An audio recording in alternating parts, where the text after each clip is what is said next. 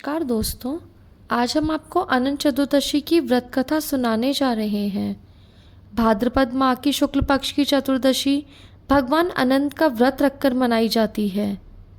इस व्रत के नाम से लक्षित होता है कि यह दिन उस अंत ना होने वाले सृष्टि के कर्ता विष्णु की भक्ति का दिन है। आइए इस व्रत के विधान को जानते हैं। स्नान करके कलश की स्थापना की जाती है।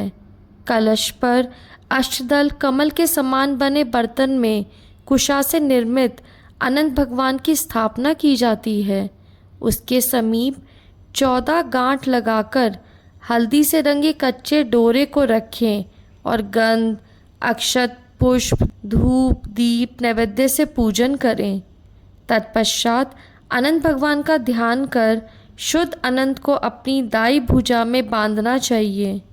यह धागा अनंत फल देने वाला है। अनंत की 14 गांठें 14 लोकों की प्रतीक है। उनमें अनंत भगवान विद्यमान है। आइए अब अनंत चतुर्दशी की कथा सुनते हैं। एक बार महाराज युधिष्ठिर ने राजसूय यज्ञ किया। यज्ञ मंडप का निर्माण सुंदर तो था ही, अद्भुत भी था। उसमें स्थल में जल और जल में स्थल की भांति होती थी। यज्ञ मंडप की शोभा निहारते निहारते दुर्योधन एक जगह को स्थल समझकर कुंड में जा गिरे। द्रौपदी ने उसका उपहास उड़ाते हुए कहा कि अंधे की संतान भी अंधी है। यह बात उसके हृदय में बाण की तरह चुभ गई। कुछ दिनों बाद इसका बदला लेने के लिए पांडवों को हस्तिनापुर बुलाकर दूत कीड़ा में छल से परास्त किया। परास्त होकर पांडवों को 12 वर्ष का वनवास भोगना पड़ा। वन में रहते हुए पांडवों को अनेक कष्टों को सहना पड़ा। एक दिन वन में युधिष्ठिर से मिलने भगवान श्री कृष्ण आए। युधिष्ठिर ने उनसे सब वृतांत कह सुनाया और उसे दूर करने का उपाय पूछा। तब श्री कृष्ण ने उन्हें भगवान अनंत का व्रत करने की सलाह देकर कहा, इससे तुम्हारा खोया हुआ राज्य फिर प्राप्त हो जाएगा। इसके बाद श्री कृष्ण ने युधिष्ठिर को एक कथा सुनाई। प्राचीन काल में सुमंत नाम के ब्राह्मण के एक सुशीला नाम की कन्या थी। बड़ी होने पर ब्राह्मण ने सुशीला का विवाह कौंडिन्य ऋषि से कर दिया। कौंडिन्य ऋषि सुशीला को लेकर अपने आश्रम को चल दिए। रास्ते में रात हो जाने पर वे नदी तट पर संध्या करने लगे। सुशीला ने वहाँ पर बहुत सी स्त्रियों को किसी देवता की पूजा करते देखा।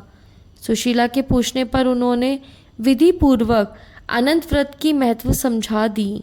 सुशीला ने वहीं उस व्रत का अनुष्ठान करके 14 गांठों वाला डोरा हाथ में बांध लिया और अपने पति के पास आ गई। कौंडिन्य ऋषि ने सुशीला के हाथ में बंधे धागे के बारे में पूछा तो उसने सारी बात समझा दी। कौंडिन्य सुशीला की बातों में अप्रसन्न हो गए और उसके हाथ में बंधे डोरे को अग्नि में डाल दिया। यह अनंत भगवान का अपमान था। कौंडिन्य ऋषि की सुख संपत्ति नष्ट हो गई। सुशीला ने इसका कारण डोरे की जलने की बात दोहराई। पश्चाताप करते हुए ऋषि भगवान अनंत की खोज में वन में चले गए।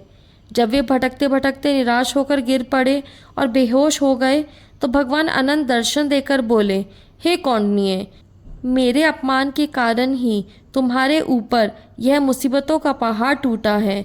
तुम्हारे पश्चाताप के कारण मैं प्रसन्न हूँ।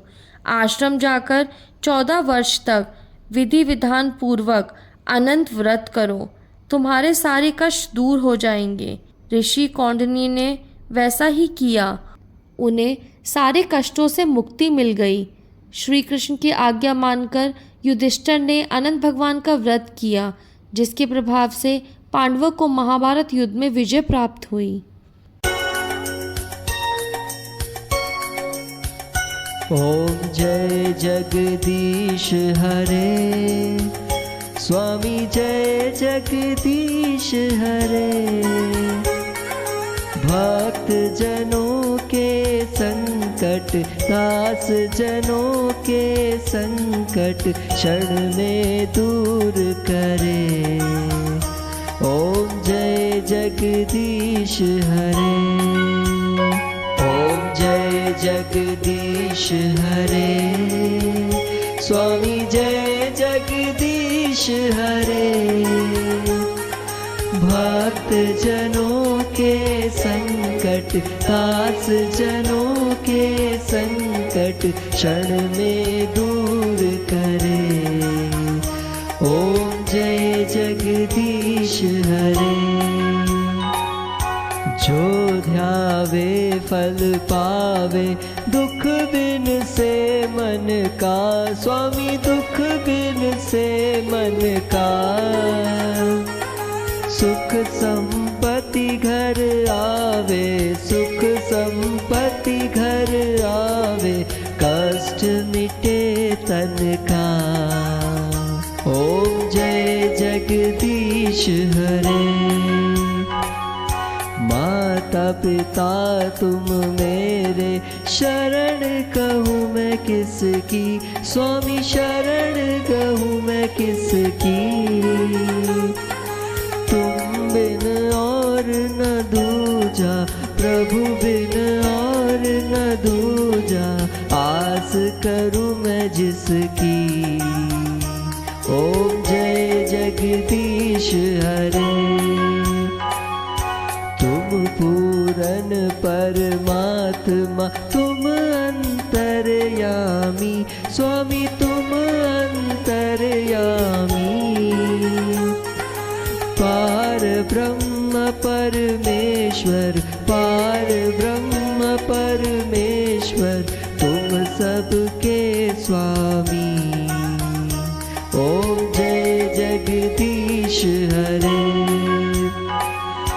तुम करुणा के सागर, तुम पालन करता। स्वामी तुम पालन करता। मैं मूरख फल कामी, मैं सेवक तुम स्वामी, कृपा करो भरता। ओम जय जगदीश हरे। तुम हो एक अगोचर, सबके प्राणपति। स्वामी सबके प्राणपति। किस विधि मिलू दया में, किस विधि मिलू दया में, तुमको मैं कुमती। ओम जय जगदीश हरे। दीन बंधु दुख हरता, ठाकुर तुम मेरे। स्वामी रक्षक तुम मेरे। अपने हाथ उठाओ, अपने शरण लगाओ, द्वार पड़ा तेरे।